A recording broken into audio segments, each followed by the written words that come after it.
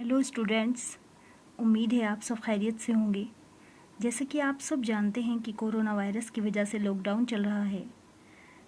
हम सभी जानते हैं कि इस कोरोना वायरस से बचने का कोई इलाज नहीं, बस इससे बचने का एक ही तरीका है एहतियात। घर पर रहें, हिफाजत से रहें, पूरी तरह लॉकडाउन का पालन करें और दुआ करें।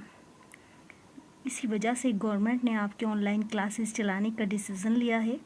उम्मीद करते हैं आप सब बहुत मेहनत, लगन और ईमानदारी से अपनी क्लासेस अटेंड करेंगे और जो भी आपकी प्रॉब्लम होंगी, जो भी आपके क्वेश्चंस होंगे, जो आपकी क्वेरी होगी, इंशाल्लाह हम ऑनलाइन क्लासेस के ज़रिए उसे दूर करने की पूरी कोशिश करेंगे।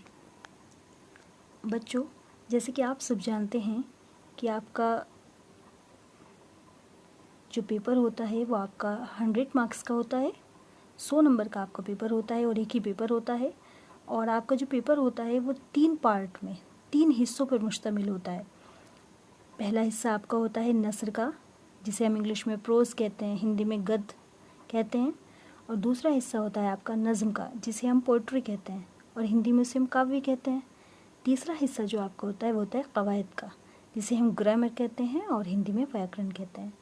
तो जो आपका नस्र का हिस्सा होता है, सबसे पहले वही हम शुरू करने वाले हैं। उसमें जो आपके पहला पोर्शन है वो है नावल निगारी, ठीक है। तो उसमें पहले जो आपके नावल निगार हैं वो हैं मिर्ज़ा हादी रुस्वा, और उनका जो नावल आपके सिलेबस में शामिल है उसका नाम है उमराव जान अदा। तो सबसे पहले बच्चों हम मिर्ज़ा हादी रुस्वा के बारे में पढ़ेंगे। मिर्ज़ा हादी रुस्वा। मिर्ज़ा हादी रुस्वा उर्दू नावल निगारी में संग मील का दर्जा रखते हैं। उनका नावल उमराव जान अदा उर्दू का वो कोहिनूर हीरा है जो कि ताज अदब में हमेशा दरख्शां रहेगा, और अपनी इस तख्लीक के लिए मिर्ज़ा हादी रुस्वा उर्दू अदब में हमेशा याद रखे जाएंगे। अब आपका दूसरा पैराग्राफ स्टार्ट होगा जो उनकी हालात ज़िंदगी से रिलेटेड होगा। मिर्ज़ा हादी रुस्वा लखनऊ के खुशहाल घराने से ताल्लुक़ रखते थे। कम उम्री में ही वालिद का इंतकाल हो गया। उस वक्त उनकी उम्र सिर्फ 16 बरस की थी। दुनिया का कुछ तजुर्बा न था।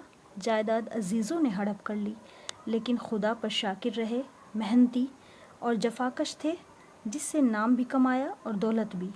उर्दू के अलावा दुनिया की मुख्तलिफ़ ज़बानों पर उबूर हासिल किया। उनकी दिलचस्पी का मरकज़ इल्म कीमिया और इंजीनियरी थी।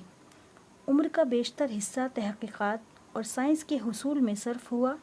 इंशा पर्दाजी, नावल निगारी और मौसीक़ी में कमाल हासिल किया। उर्दू शॉर्ट हैंड निकाला। इल्म फ़िक़्ह पर एक ज़ख़ीम किताब 8 जिल्दों में लिखी। अमेरिका से डॉक्टरेट की डिग्री हासिल की। उसके बाद साइंस की कुतुब के तर्जुमों के सिलसिले में हैदराबाद बुलाए गए। गर्ज़ ये कि अपनी मेहनत, शौक़ और लगन से जिस राह में कदम उठाया उसमें भरपूर कामयाबी हासिल की। अब आपका तीसरा पैराग्राफ स्टार्ट होता है जो उनकी तसानीफ़ से रिलेटेड है, जो उनकी अदबी ख़िदमत से रिलेटेड होगा। मिर्ज़ा हादी रुस्वा की तसानीफ़ की तादाद 50 से भी ज़्यादा कही जाती है। उनमें 3 नावल हैं, उमराव जान अदा, शरीफ ज़ादा और ज़ाते शरीफ। लेकिन इन तीनों में जो शोहरत, मकबूलियत उमराव जान अदा को हासिल हुई वो किसी दूसरे के हिस्से में ना आई। मिर्ज़ा हादी रुस्वा ने जिस अंदाज से नावल उमराव जान अदा लिखा है वो किरदार निगारी, प्लाट, ज़बान उसलूब और माहौल व मंज़र निगारी गर्ज़ हर एतबार से एक बेहतरीन नावल है, जिसकी मिसाल उर्दू में ही नहीं बल्कि दुनिया की मुख्तलिफ़ ज़बानों के अदब में मिलना मुश्किल है। अब आपका अगला पैराग्राफ स्टार्ट होता है। उमराव जान अदा दरअसल अपने ज़माने की लखनवी तहज़ीब का जीता जागता मुरक्का है, लखनवी तहज़ीब का आईना और अपने माहौल का अक्कास है। ये नावल हकीकत पर मुबनी है। ये एक ऐसी बदनसीब औरत की कहानी है जिसको हालात ने तवाइफ बनने पर मजबूर कर दिया। वाक़यात को खुदनोश्त के तौर पर पेश किया गया है, जिससे तासीर और बढ़ गई है। रुस्वा ने